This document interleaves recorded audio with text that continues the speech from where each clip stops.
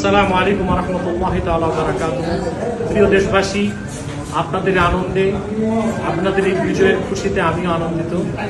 তবে আমি প্রোগ্রামে মালয়েশিয়াতে থাকাতে এখন দেশে থাকা সম্ভব হলো না।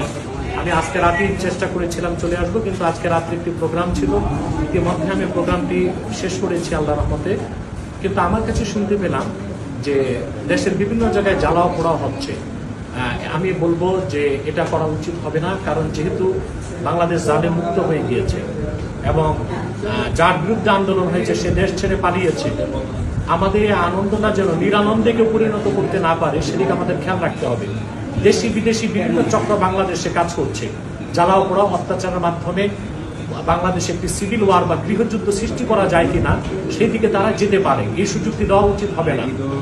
পাশাপাশি আমি বাংলাদেশের সম্মানিত সেনাবাহিনীর যিনি সেনাপ্রধান হিসেবে দায়িত্ব পালন করছেন তাকে অনুরোধ করব যে চতুর্দিকে যে জ্বালাও পোড়াও হচ্ছে, দেশের মধ্যে বিভিন্ন ধরনের অরাজকতা হচ্ছে, আমার দৃঢ় বিশ্বাস ছাত্র জনতা, সাধারণ ছাত্র এবং সাধারণ জনতা এখানে জড়িত নয়।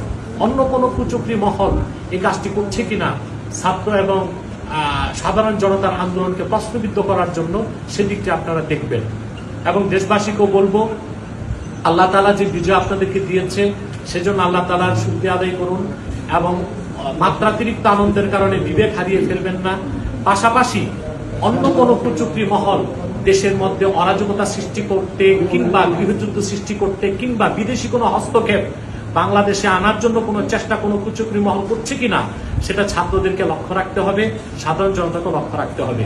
বিশেষ করে আমি আলেম ওলামা পীর মাশায়েখ যারা বাংলাদেশে আছেন তাদেরকে বলবো এই মুহূর্তে আপনারা সর্বোচ্চ সজাগ থাকুন এবং চোখ কান খোলা রাখুন। ইনশাআল্লাহ আগামীকাল আপনাদের সঙ্গে আমার দেখা হবে বাংলাদেশে। আসসালামু আলাইকুম ওয়া রাহমাতুল্লাহি তাআলা ওয়া বারাকাতুহু।